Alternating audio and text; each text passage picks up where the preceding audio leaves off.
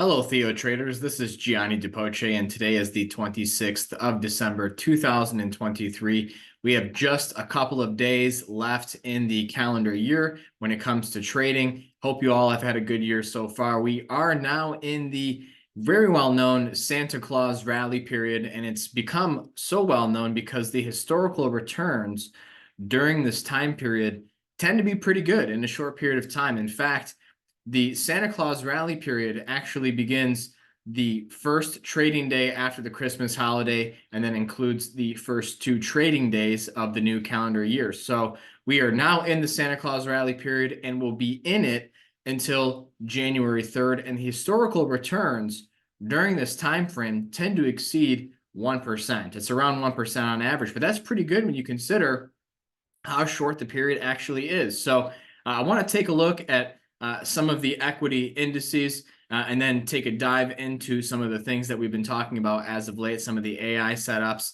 and crypto, and see if we can continue those trends into 2024. I do think stocks are postured in a fairly bullish manner, pretty much at all-time highs going into the new calendar year, because this will be the last newsletter that I have with you until 2024. So I want to make it a good one for you. Cyclically speaking, there are some tailwinds that suggest this market will continue higher, at least for the first couple of months of 2024. But we do have to exercise some caution going into next year, because aside from the promise and prospects of more liquidity in 2024, we also have to contend with the likelihood that a recession or an economic slowdown, at the very least, is on the horizon as well. Because why else would the Federal Reserve need to lower interest rates? Some may say, oh, well, it's because inflation is coming down, but inflation is a double-edged sword. Prices can rise due to higher demand, but they can also rise due to supply side issues. Prices can fall due to excess supply, but they can also fall due to lower demand. And we've talked about this in previous videos when it comes to crude oil and some of the things that we're seeing across the global financial markets. But in the near term, the S&P 500 is looking really good. And we can go ahead and jump over to the Nasdaq, which continues to display leadership.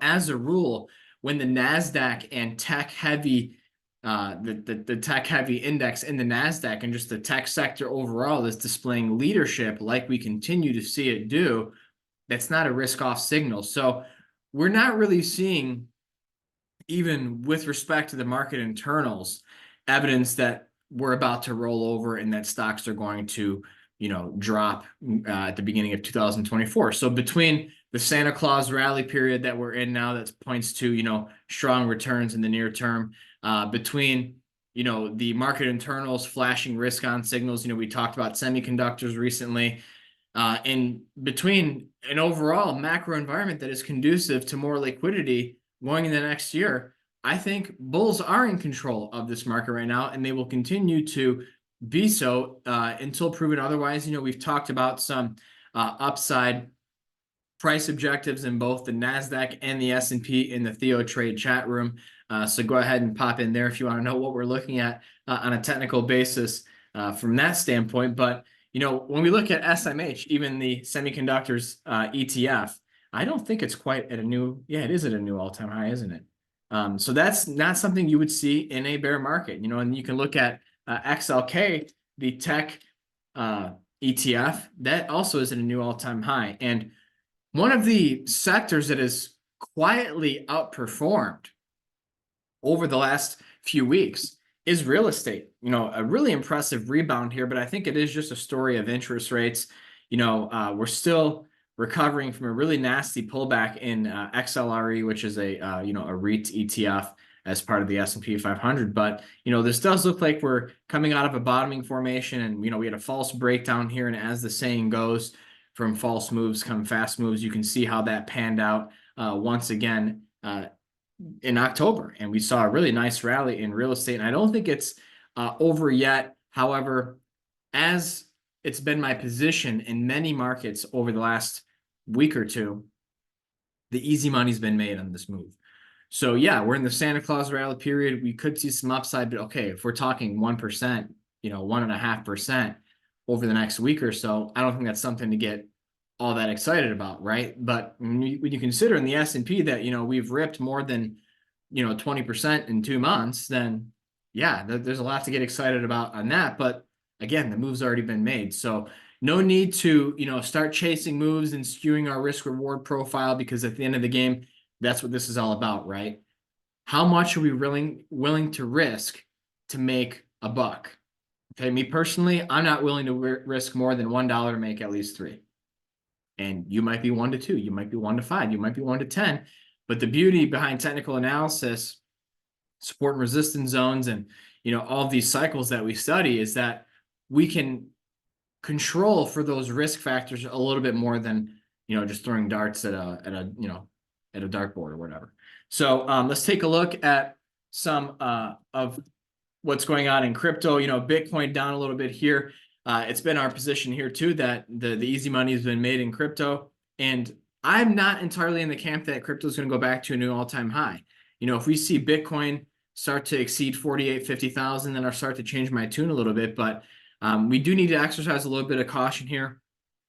I think there is some more gas left in the tank with Bitcoin, but not that much. I do find a lot more value in Ethereum, not just from a technical standpoint, from a cyclical standpoint as well. I'm not going to get into, the debate of Bitcoin versus Ethereum. I think that's, irrelevant when it comes to, speculative fervor.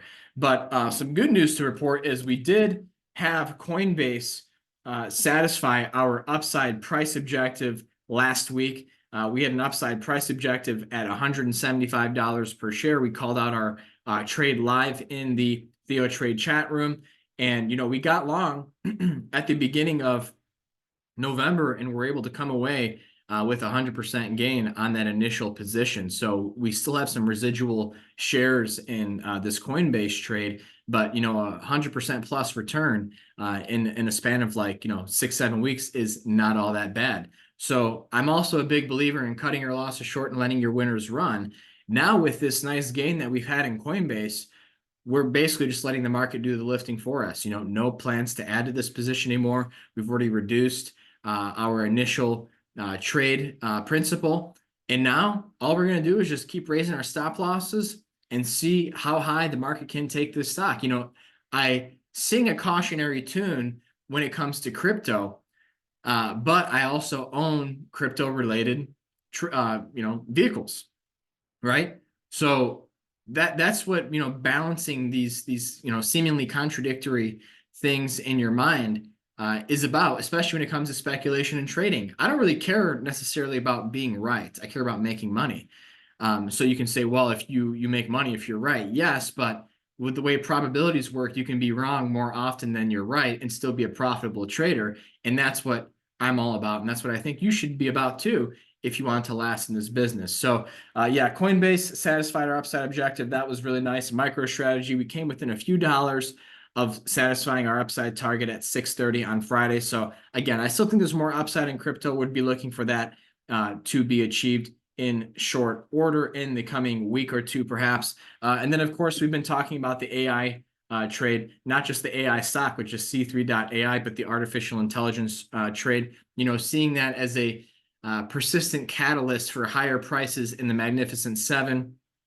But when we look at C3.ai still coiling in this rounding bottom formation, and I do think there is some upside. It's a heavily shorted stock right now, and we could see a squeeze unfold sooner rather than later. And then, of course, Samsara, the Internet of Things stock, is something that continues to be on my radar, and something we talk about frequently in the chat room. Aside from that, precious metals looking a little bit extended in the near term.